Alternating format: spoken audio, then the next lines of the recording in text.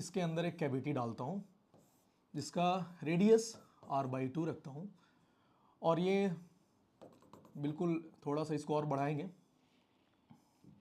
ये कहाँ से क्रॉस करना चाहिए? सेंटर से क्रॉस करना चाहिए।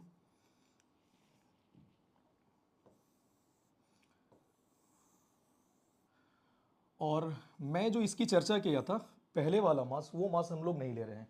मास हम लोग रिमेनिंग की चर्चा कर रहे हैं। ये रिमेनिंग मास है। कब? जब मैं इस कैविटी को, जो एक कैविटी दिख रहा है, इसको बाहर निकालते हैं तब। तो चलो ध्यान से देखते हैं। इसका रेडियस हम लोग r ट्रीट करते हैं, ठीक है। अब हमें क्या करना है? MOI निकालना है रिमेनिंग पार्ट का, ठीक है बच्चों, समझ में आ रहा होगा। चलो क्या करते हैं, सबसे पहले हम लोग I होल बॉडी का equal to I remaining plus I cavity, ठीक है, यहां से करते हैं। अब हमारे पास रिमेनिंग मास गिवन है ना, तो हमारे पास इसका मास है, कुछ भी मास हम कंसीडर कर लेते हैं, एम डैश मास कंसीडर कर लेते हैं। चलो अब इसमें हम लोग सबसे पहले एम डैश कैलकुलेट करते हैं इन टर्म्स ऑफ रिमेनिंग मास। तो क्या करना होगा? चलो हम लोग, हमारे पास एक चीज और नहीं है, बट हम इसके कंसीडर डेंसिटी को लेकर करते हैं, ठीक है। तो डेंसिटी ऑफ सॉलिड, ठीक है। तो निकालते हैं डेंसिटी इक्वल टू क्या लगाएंगे? मास ओवर वॉल्यूम।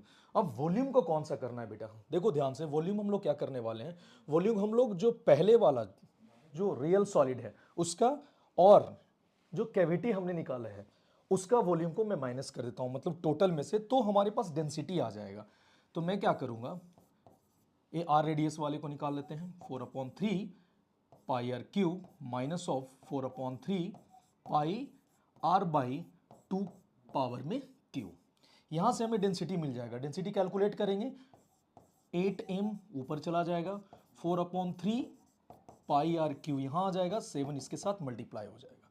ये हमारा आ गया बच्चों, डेंसिटी आ गया, ठीक है। चलो ठीक है, ऐसा कुछ था।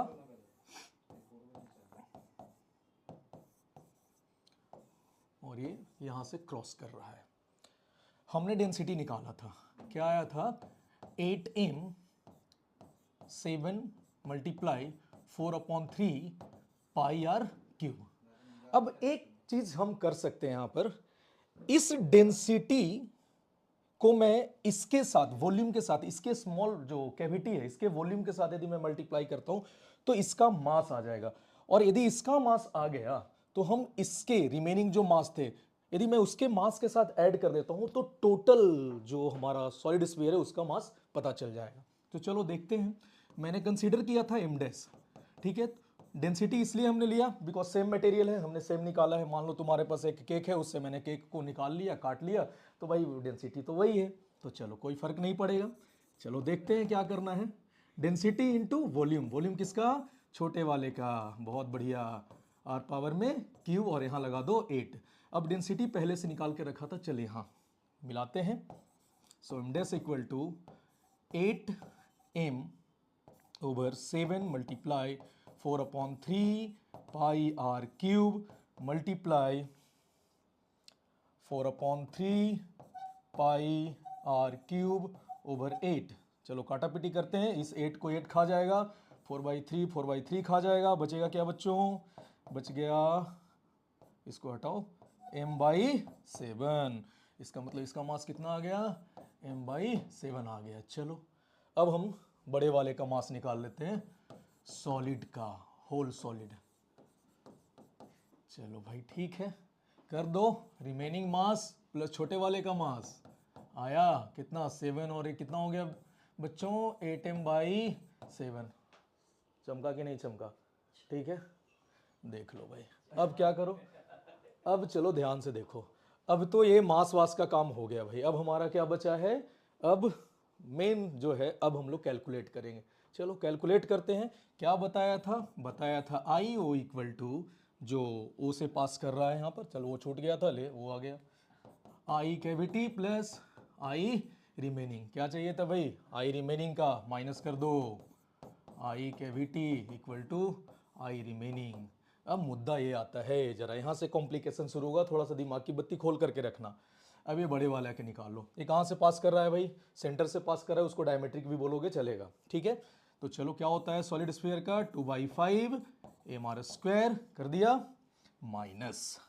अब जरा ध्यान से देखो, एक जब एक इसका एक्सिस ऑफ रोटेशन जो दिख रहा है, जो भी है, चलो थोड़ा सॉरी बच्चों, जरा हमसे ये हो गया, हाँ दिख रहा है, ये यहाँ पर लगाना क्या, पैरेलल एक्सिस थ्योरम लगा लोगे।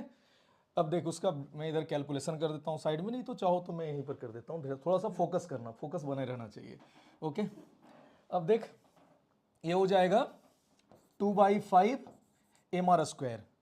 अब ध्यान से देख कि यहां जो m होगा वो हमें किसका मास लेना है, वो पूरे सिस्टम का मास लेना था, होल बॉडी का। अब देख ये लिखा हुआ है सामने, हम इस m के जगह पर ये पुट करने वाले हैं, और ये जो m है वो छोटे वाले का है, मतलब m/7, तो लिखेंगे 2/5 8 m/7, और ये r⁻³ माइनस 2/5 m/7 और r/2 का करोगे क्या, होल स्क्वायर। यहाँ पर गलती से आ गया है, ये आएगा, चलो वो बाई मिस्टेक हो गया है, मेरे से मिस्टेक थोड़ा सा होते रहता है बच्चों, तो इसको मैं हटा दिया, हटा नहीं, चलो ठीक है कोई बात नहीं, r²। अब यहाँ पर बच रहा है इसका खुद का, यहाँ से कितना डिस्टेंस हो जाएगा, r/2 का स्क्वायर, तो ये चल रहा है ऐसा, प्लस m/7 r का r/2 का स्क्वायर, ठीक है। अब सबको कैलकुलेट